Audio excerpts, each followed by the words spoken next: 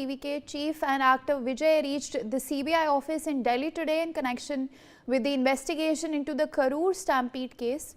Vijay, who was questioned at the CBI headquarters on January 12 for over 6 hours, was asked to appear again the following day. However, the actor sought another date, citing the harvest festival Pongal.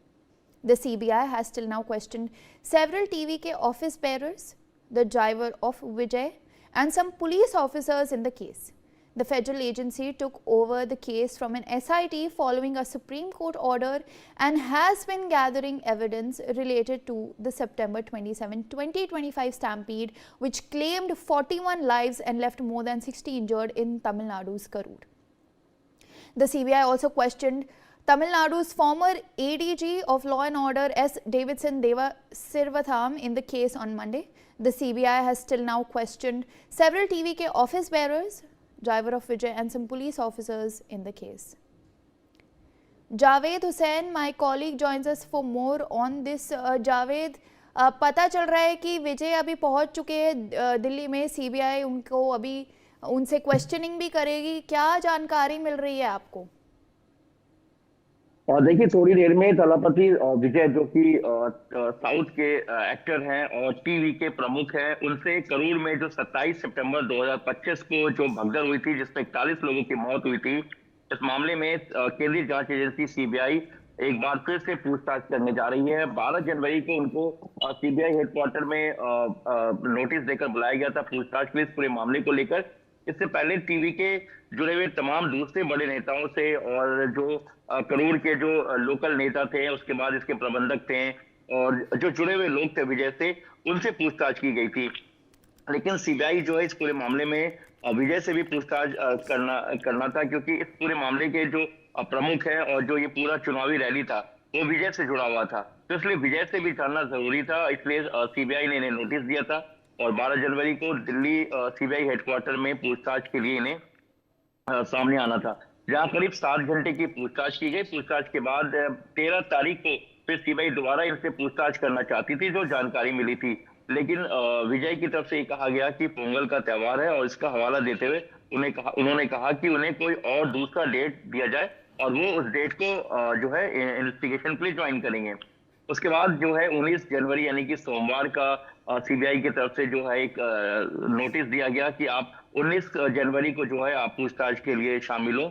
उसके बाद जो है विजय 19 तारीख को पूछताछ के लिए शामिल होते हैं और उसके बाद इस पूरे मामले में यानी कि आज सोमवार के दिन वो सीबीआई हेडक्वार्टर पहुंच चुके हैं. और जानकारी के मुताबिक ये भी पता चला कि रविवार के दिन यानी कि 18 जनवरी को ही वो चार्टर्ड प्लेन से जो है वो दिल्ली पहुंच चुके थे, और ताकि जिससे कि उस समय पर जो है वो सीबीआई हेडक्वार्टर पहुंच सके और वहां पर सीबीआई के द्वारा जो सवाल है और जो तमाम उनके बयान को जो रिकॉर्ड किया जाएगा, उसमें वो पूरी तरीके से अपने बयान को दर्ज करा सके. क्योंकि सीबीआई उनके तमाम जो बयान है, जो पूछताछ कर रही है, इस करूर में जो भगदड़ हुई थी, स्टैंपिंग मामला था, उससे लेकर जुड़े हुए तमाम सवाल जो है विजय से पूछा जा रहा था. और आज भी उन्हीं सवालों को लेकर एक बार फिर से विजय से पूछताछ की जाएगी.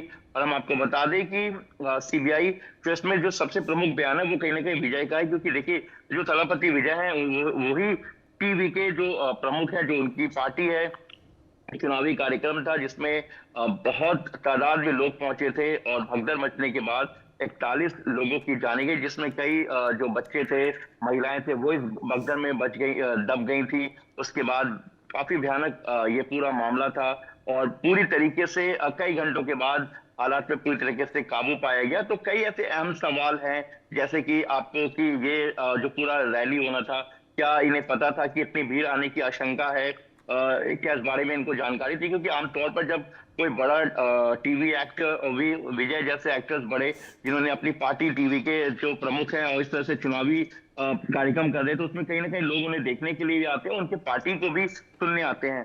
तो ऐसे में साउथ में विजय का एक बड़ा क्रेज है, जिसको लेकर जो है पब्लिक वहां पर पहुंची थी. और साथ ही हम आपको बता दें कि इसमें जो है और कैसे इसका क्या इसमें परमिशन ली गई थी, नहीं ली गई थी, इसमें कितने लोग, इसमें किस तरीके से क्राउड मैनेजमेंट था, किस तरीके से प्रोग्राम ऑर्गेनाइज किया गया था, किन किन लोगों से संपर्क किया गया था, कई ऐसे सवाल हैं जिसको लेकर सीबीआई एक बार फिर से जो है विजय से पूछताछ अपनी शुरू करेगी। और आपको बता दें कि कुछ ही देर में जो है तलापति विजय से पूछताछ शुरू हो जाएगी। जी और राइट जावेद, मेरे साथ ज़रा बने रहिए। I am also being joined by kovai Sathyan, who is an AIADMK national spokesperson. Welcome to the broadcast, sir. Of course, the first question being that CBI, of course, has issued a summons to Vijay, but the main fact remains is that up until now, the investigation has only focused on in the FIR, it was only low-level functionaries being named in this case. Do you think some sort of an action against Vijay will now be taken by the CBI, considering the fact that it's now issuing summons to the actor turned politician? Morning. A summons issue doesn't necessarily result in actions. What is more important at this juncture is what has caused and what was the failure of this DMK government or anybody which resulted in the loss of 41 precious lives. There is a conspiracy theory to it. It is because of DMK's state machinery and their failure that resulted in the loss of lives. So the conspiracy angle, everybody are awaiting for an answer. Once CBI completes an investigation, people are awaiting to know what really caused, what went wrong that led to the loss of 41 precious lives. All right, sir. So, in your opinion, it was rather the fault of the DMK state government that led to the death of over about 40 plus people in this case? There is an allegation which cannot be ruled out. The state machinery has not given the right amount of police force for the event. And the choice of this location, what led to the choice of this location, and what kind of infrastructure were present to save these precious lives in the event of these kinds of untoward incidences. There are many unanswered questions. So we hope that CBI's inquiry will give answers for the same. Additionally, sir, what would you expect out of these summons? Are you expecting that some sort of an action be taken against the actor turned politician Vijay, as well as the DMK government, which is being... to take action for? What is your ground to take action? There has to be some merits. A summon has been issued so that an investigation can be complete and the findings will be out. Based on the findings, the actions will follow. So if there are findings which say that it is because of actor Vijay's action that led to the loss of 41 lives, the law will take its course of action. Why to be in a hurry now?